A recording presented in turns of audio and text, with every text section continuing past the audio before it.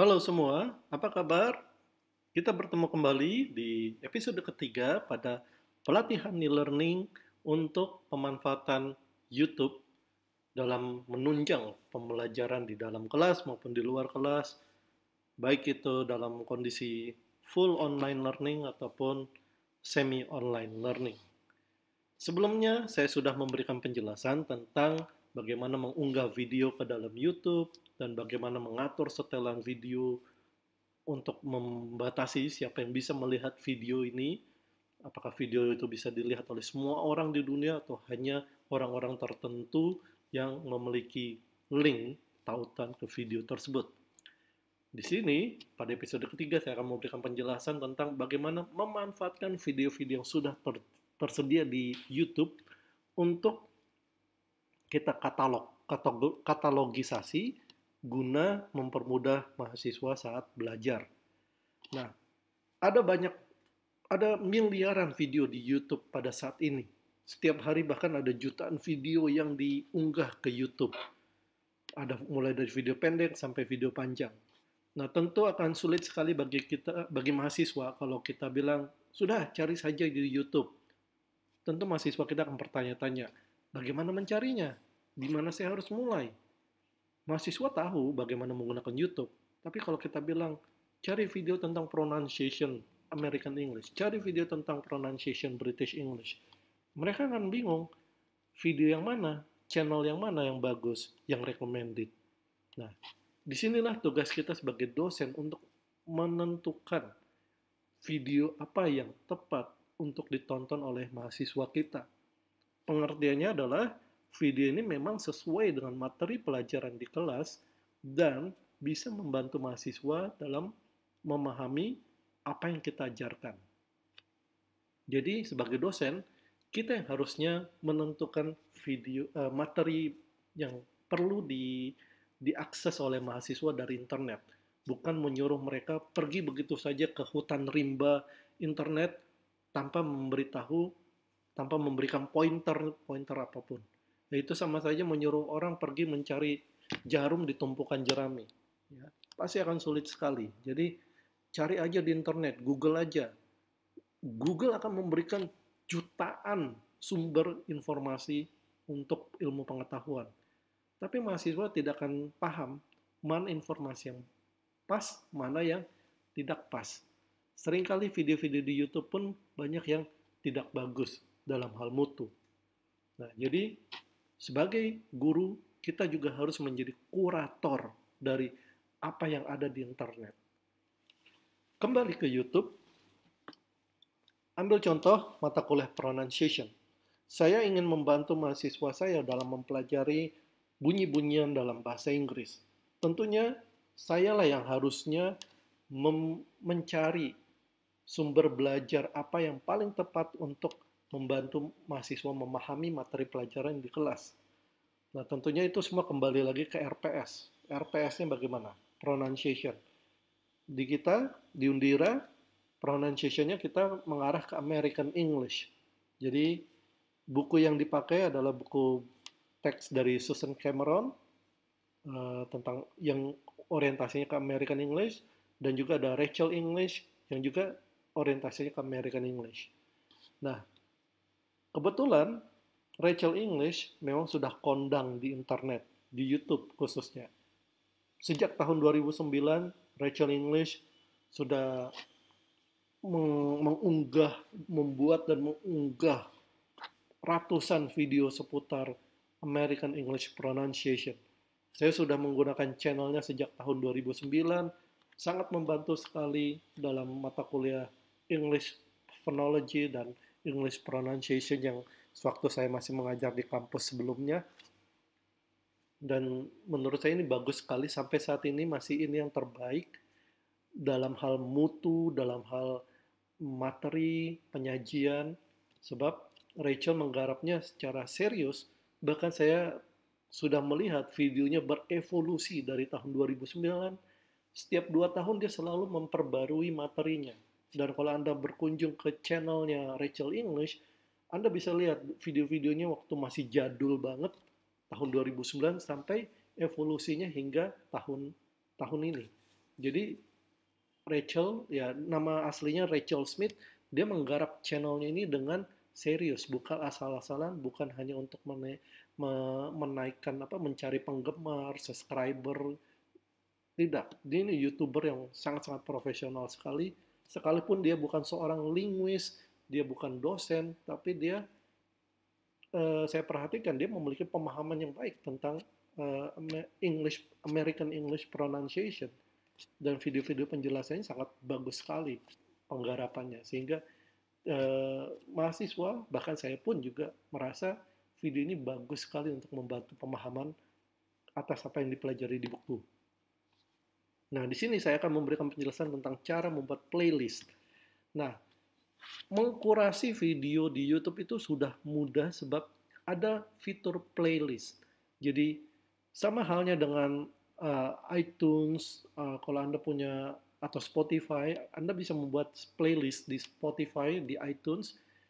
YouTube juga memiliki playlist. Kita bisa membuat playlist dari banyak video yang ada di YouTube, sehingga ketika kita login ke akun YouTube kita dengan akun Google, kita tidak perlu lagi mencari-cari video itu dari awal. Kita tinggal masuk ke channel kita dan semua video yang sudah kita kurasi sudah terkatalog dalam satu playlist. Contohnya, saya mau membuat playlist tentang diphthongs. Saya tinggal klik Rachel English diphthongs, saya klik di search, dan YouTube sudah langsung menampilkan hasilnya. Dan kemudian saya tinggal klik kanan, open in new tab. Ya. Di sini saya sudah siapkan O, dan I. Nah, untuk membuat playlistnya, saya tinggal mengunjungi video ini. Saya sudah tonton video ini berkali-kali, jadi saya tidak akan putar dari awal. Saya tinggal ke sini. Ada tanda plus di sini. Ini adalah icon untuk membuat playlist. Jadi kita tinggal klik di sini.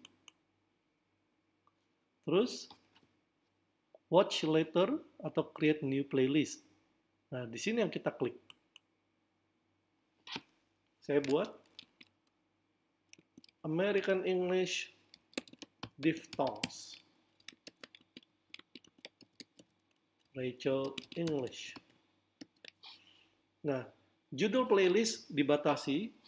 YouTube membatasinya hanya pada sampai 150 karakter.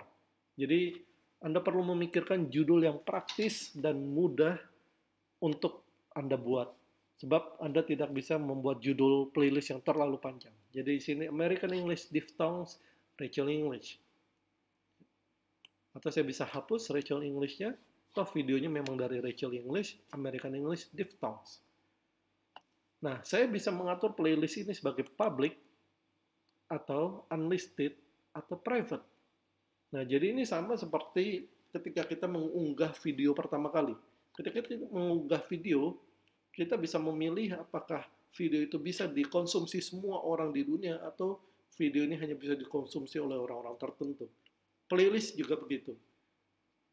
Jadi kalau playlistnya public, artinya siapapun bisa melihat playlist yang Anda buat di channel Anda.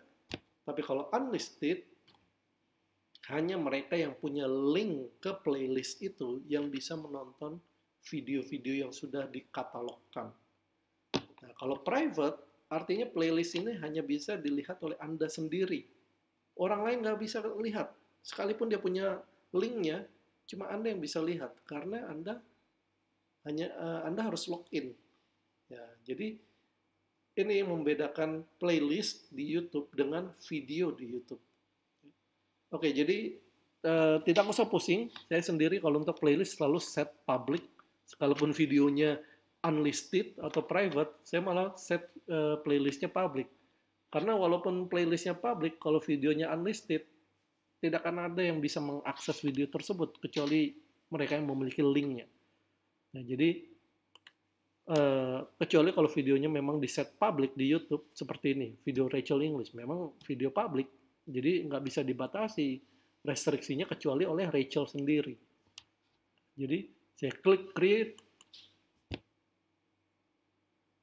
Nah, kemudian ada video I. diphthong I. Sama, saya tinggal klik di sini, AE diphthongs. Edit to AE diphthongs. Sudah masuk ke dalam playlist yang saya buat. Saya tinggal klik tanda silang.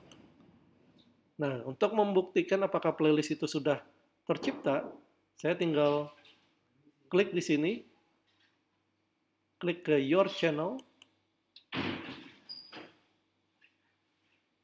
Nah, Anda bisa lihat kan, playlistnya sudah tercipta, AE diphthongs.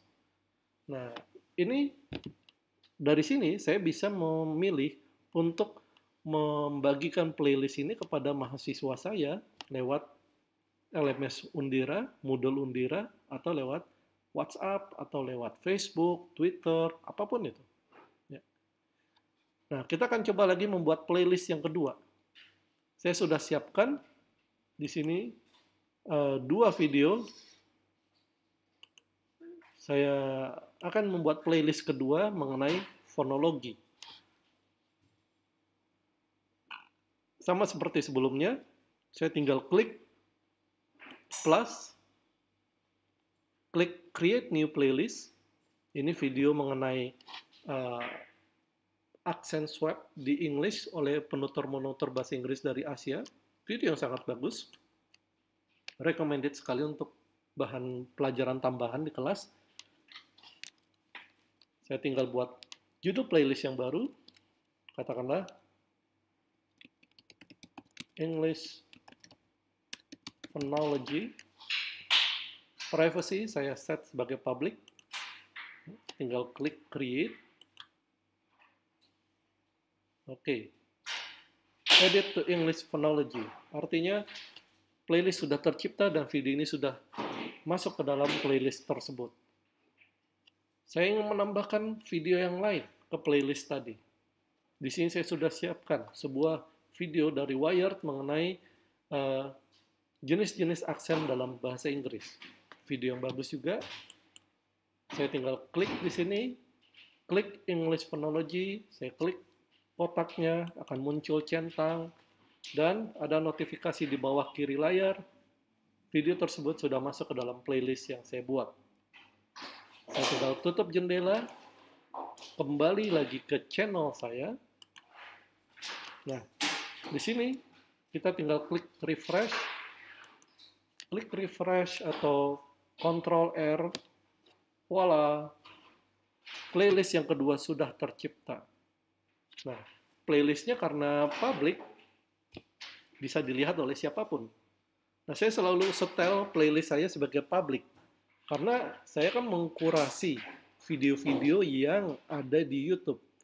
Karena video-video ini memang sudah disetel sebagai video public, maka buat apa juga saya bikin playlistnya private atau unlisted. It doesn't make sense. Kecuali kalau saya pakai video-video yang dari awal saya setel unlisted dan private. Otomatis playlistnya pun harus unlisted dan private. Nah, saya tinggal klik di playlist seperti ini.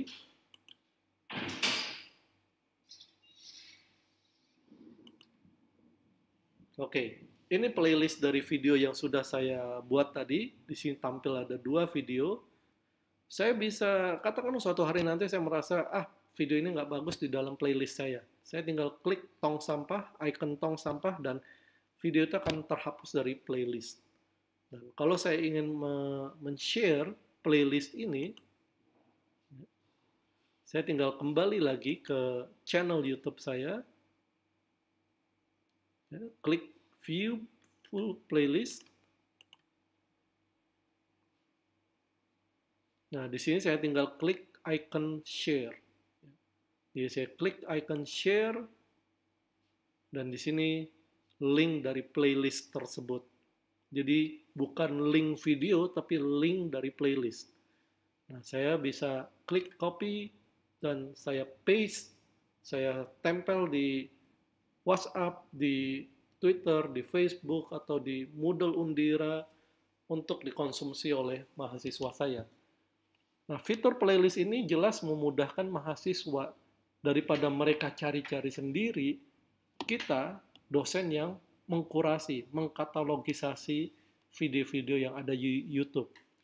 Dengan membuat playlist, lebih mudah bagi mahasiswa dalam menemukan video yang kita rekomendasikan sebagai video bagus untuk mereka pakai sebagai pendukung pembelajaran di dalam kelas ataupun secara online.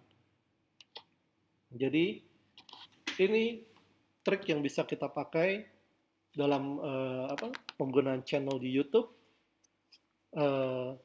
Kalau kita kembali ke channel, saya kembali ke channel saya, maka ini tampilannya. Video yang saya upload di episode kedua sudah saya hapus karena bukan video pribadi. Itu video dari bukunya Cambridge. Jelas saya harus berhati-hati. Saya tidak mau ambil resiko, jadi video sudah saya hapus. Tapi kalau Anda ingin mengupload video yang berlisensi, pastikan Anda setel video tersebut sebagai unlisted atau private. Baik, sampai di sini saja penjelasan saya mengenai pembuatan video playlist di YouTube untuk mendukung pembelajaran secara online. Sampai jumpa di episode berikutnya seputar pemanfaatan YouTube dalam pembelajaran daring, baik di kelas maupun di luar kelas. Sampai jumpa.